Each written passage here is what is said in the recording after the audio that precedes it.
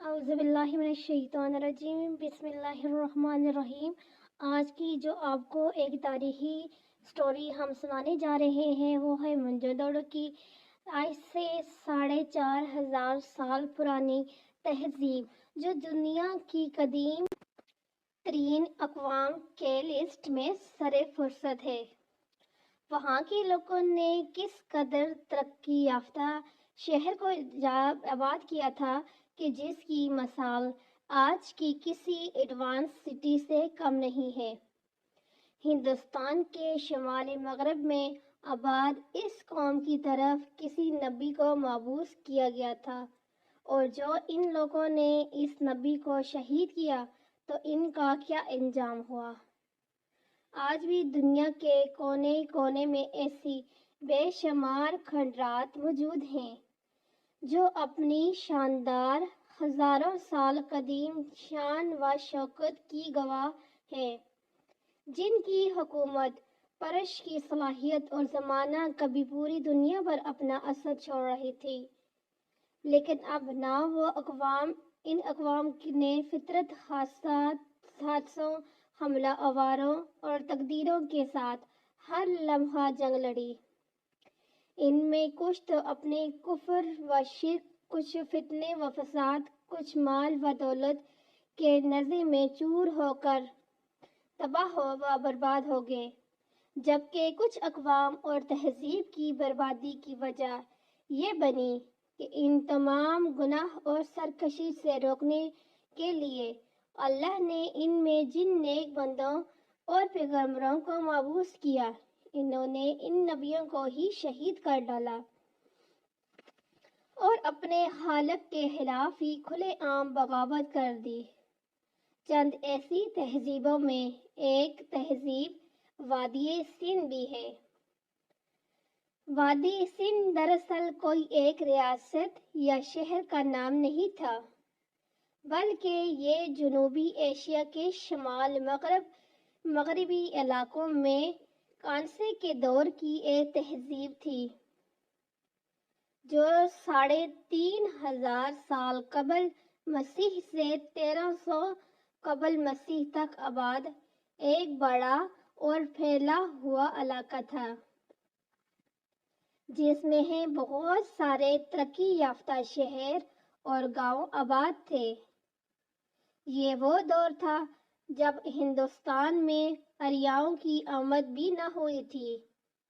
سندھ کا بیشتر حصہ پاکستان سے لے کر شمالی مشرق افغانستان اور مغربی ہندوستان تک پھیلا ہوا تھا۔ موہنجوڑو اور ہڑپہ نامی شہر اس تہذیب کی دارالحکومت تھی، جو سندھ کی سب سے ترقی یافتہ اور طاقتور شہر تھا۔ موہنجو دڑو کو اگر کسی اونچائی سے دیکھا جائے تو یہ شہر 2 حصوں میں منقسم تھا۔ اس کا ایک حصہ اپر سٹی کہلاتا تھا، جس میں ایک طرح کا ایڈمنسٹریشن بلاک تھا، جس میں سویٹپا تالاب، عظیم بالا خانہ اور ستونوں والا ہال موجود تھا، اور شہر کا دوسرا حصہ نچلا شہر کہلاتا تھا، جو کاروباری علاقہ تھا، اور یہاں مکانی دکانیں اور گودام وغیرہ موجود تھے۔ تاریخ بتاتی ہے کہ سندھ کا یہ عظیم شہر پورے 1000 برس تک بڑی شان و شوکت اور آن بان سے زندہ رہا۔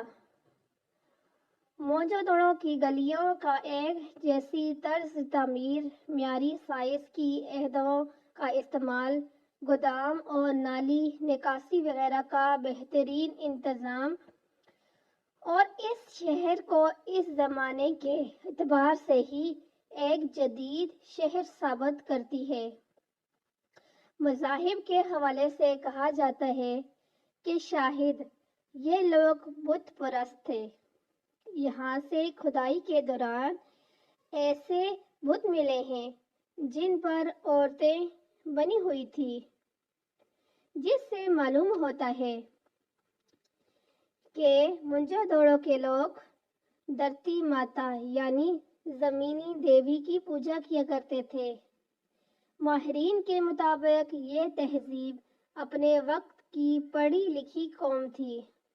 موہنجودڑو سے ملنے والی مہروں پر جانوروں کے اشکال کے علاوہ نامعلوم زبان میں چند چیزیں بھی لکھی گئی ہیں جن کو آج تک کوئی بھی پڑھ نہ سکا، اور خیال کیا جاتا ہے کہ شاید ان جملوں کو آئندہ بھی کوئی پڑھ نہ سکے گا۔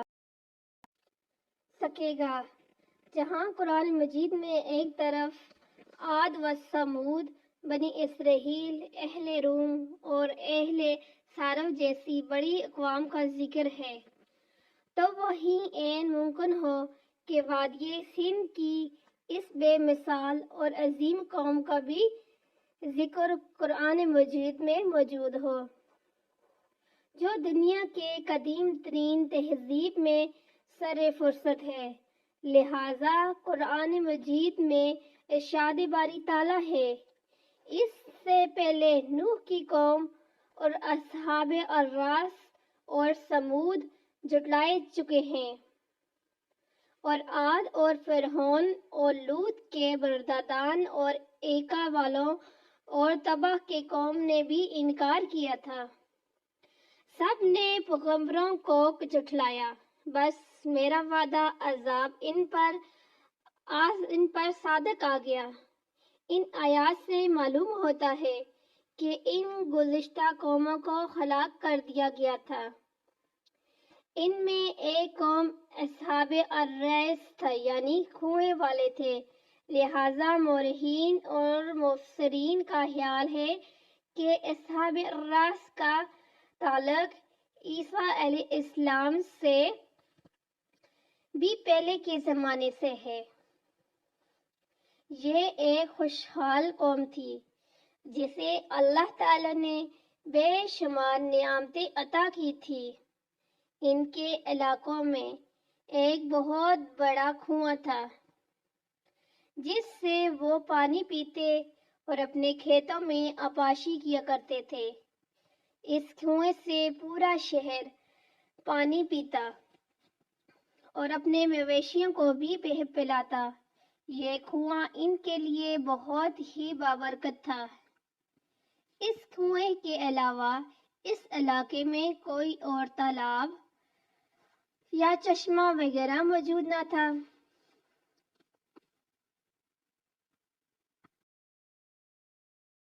ان کا ایک بادشاہ تھا، انصاف کرنے والا اور نیک انسان تھا۔ کہتے ہیں کہ جب اس بادشاہ کی موت ہوئی تو قوم کے لوگوں نے اس کو گلنے اور چڑھنے سے محفوظ رکھنے کے لیے کچھ لگایا۔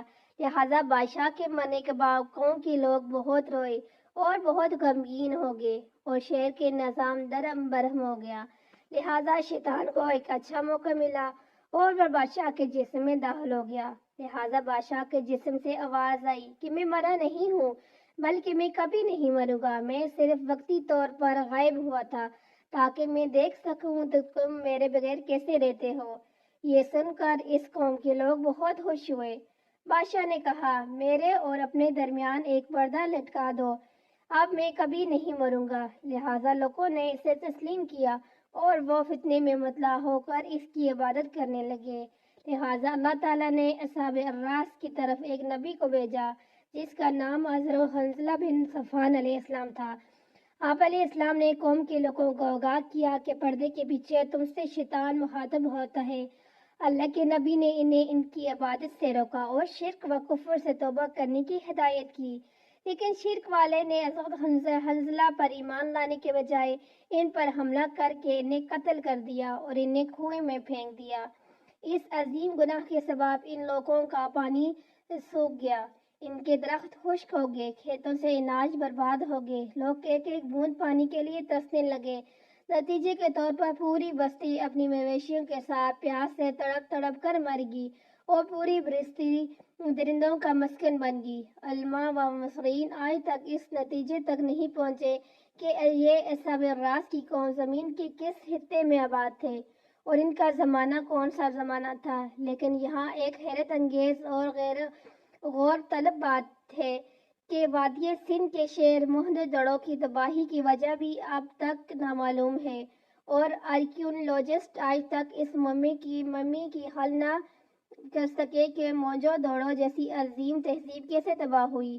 کچھ لوگوں کا کہنا ہے کہ آریاؤں کے حملے سے یہ لوگ تباہ ہوئے تھے، کچھ کا ماننا ہے کہ کس قدرتی دھماکے سے اس شہر کو تباہ کیا گیا، جبکہ کچھ ماہرین آثار اسلام اور موہنجودڑو کے خاتمے کا سبب قرار دیتے ہیں۔